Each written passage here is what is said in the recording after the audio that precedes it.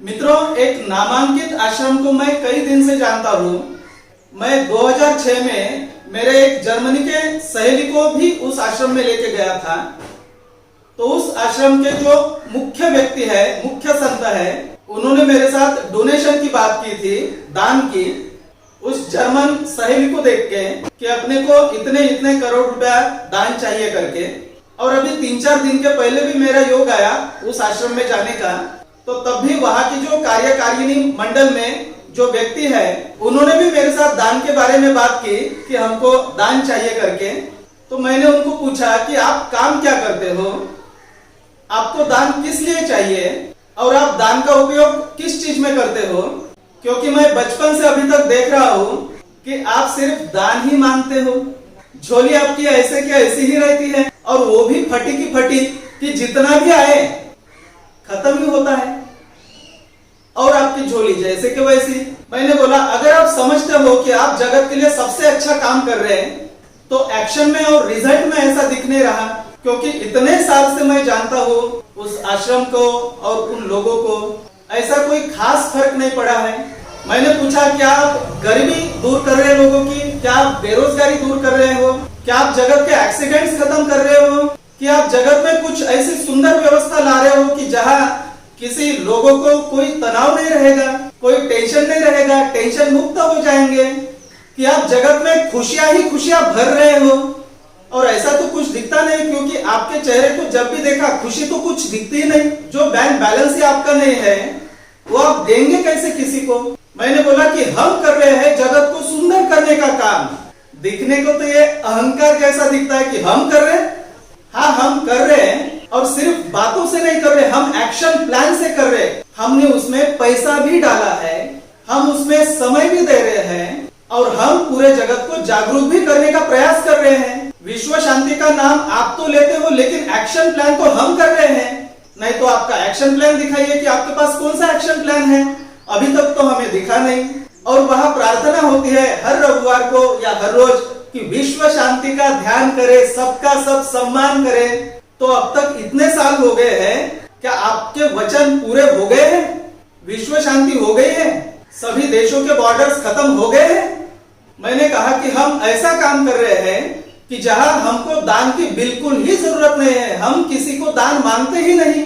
हम तो लोगों को फाइनेंशियल लिटरेसी का ट्रेनिंग भी देते हैं, उन्हें फाइनेंशियली कैसे मजबूत होना है हम भी सीखते हैं और सिखाने का प्रयास भी करते हैं। और जगत में ऐसी सुंदर व्यवस्था लाने का प्रयास कर रहे हैं, वो भी पैसों से, सिर्फ बातों से नहीं, एक्शन प्लान से। उसके लिए हम कंस्ट्रक्शन कर रहे हैं और उसमें मदद भी कर रहे हैं। क्या आप कर रहे हो? हमारी झोली तो इतनी मजबूत है कि हमें किसी के दान की ही जरूरत नहीं।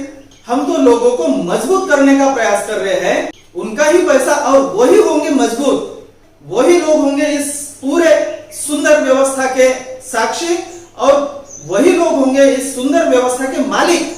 आप किसको मालिक कर रहे हो?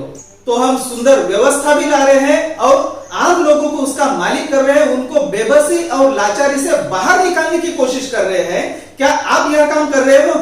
मैंने उन्हें कहा कि आपको आपका बिजनेस चलाने के लिए आपको 2 प्रकार के लोगों की जरूरत है।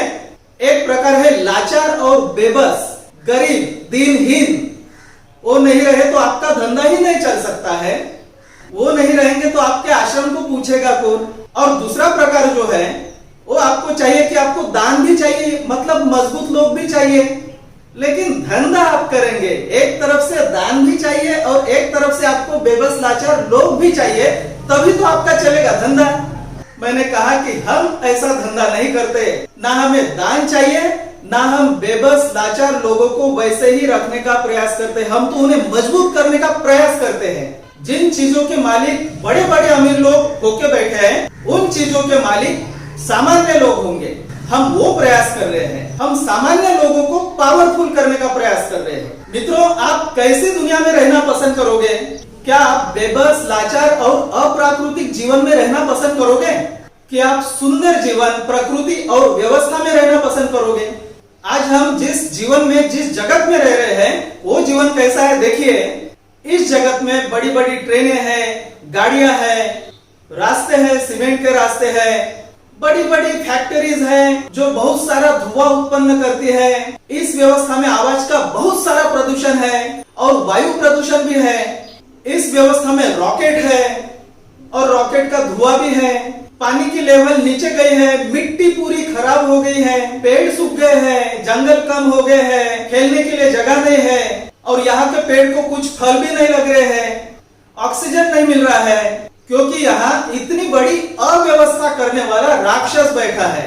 क्योंकि इस जगत को राक्षसिक प्रवृत्ति चलाती है। किसी के पास समय नहीं है, गरीबी, लाचारी और बेरोजगारी बहुत बड़े पैमाने पर है। लोग बेबस हो चुके हैं, ना अच्छी तरह जीते हैं ना अच्छी तरह मरते हैं और जो परिवहन सिस्टम है वहाँ एक्सीडेंट ही एक्सीडेंट होते हैं। उस बेबसी और लाचारी के कारण खून खराबे भी होते हैं। जीवन पूरा नरकमय हो चुका है। मित्रों, क्या आप इस जगत में रहना पसंद करोगे कि जहाँ सुंदर परिवहन व्यवस्था है, जहाँ जमीन मस्त खाली है, जहाँ छोटे बच्चे खेल सकते हैं, जहाँ पानी की लेवल भी मस्त है, जमीन हरी भरी है, जहाँ प्रदूषण वाली फैक्ट्रीज बहुत कम है, जहाँ प्रकृति बहुत सुंदर है, जहाँ आदमी बिना टेंशन के रहता है, जहाँ बिल देने का भी काम नहीं है या जहाँ बहुत कम बिल आता है, जहाँ धन संपत्ति पैसा बहुत सारा है, जहाँ प्रकृति में फल ही फल उगते हैं, जहाँ प्रकृति को खराब करने वाली जो टेक्नोलॉजी है वो ऊपर, मतलब उसका स्पेस इंडस्ट्रियलाइजेशन होगा,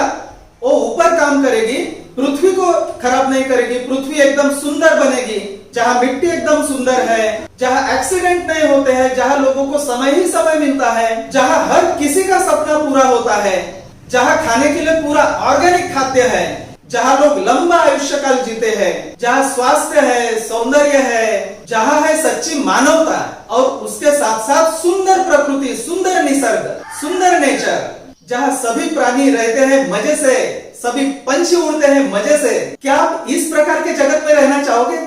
मित्रों, ये जो चित्र है ये किसी एनाटॉमी यूनिवर्सिटी के प्रेमी व्यक्ति ने ही बनाया होगा, जहाँ दो प्रकार के जगत का विश्लेषण दिया है। एक जगत जहाँ हम अभी रह रहे हैं और दूसरा जगत जिस प्रकार का जगत हम चाहते हैं, स्वर्गमय जगत, उसमें हम रह सकते हैं और वो जगत हम निर्माण कर सकते हैं। क्योंकि ये जगत स्काईवे का जगत है। इस जगत के जो महान इंजीनियर है, महान साइंटिस्ट है, डॉक्टर एनाटोली यूनिवर्सिटी, ये उनके सपने का जगत है कि जहाँ कोई भी तकलीफ नहीं रहेगी, मजा रहेगा, जीने में आएगा मजा।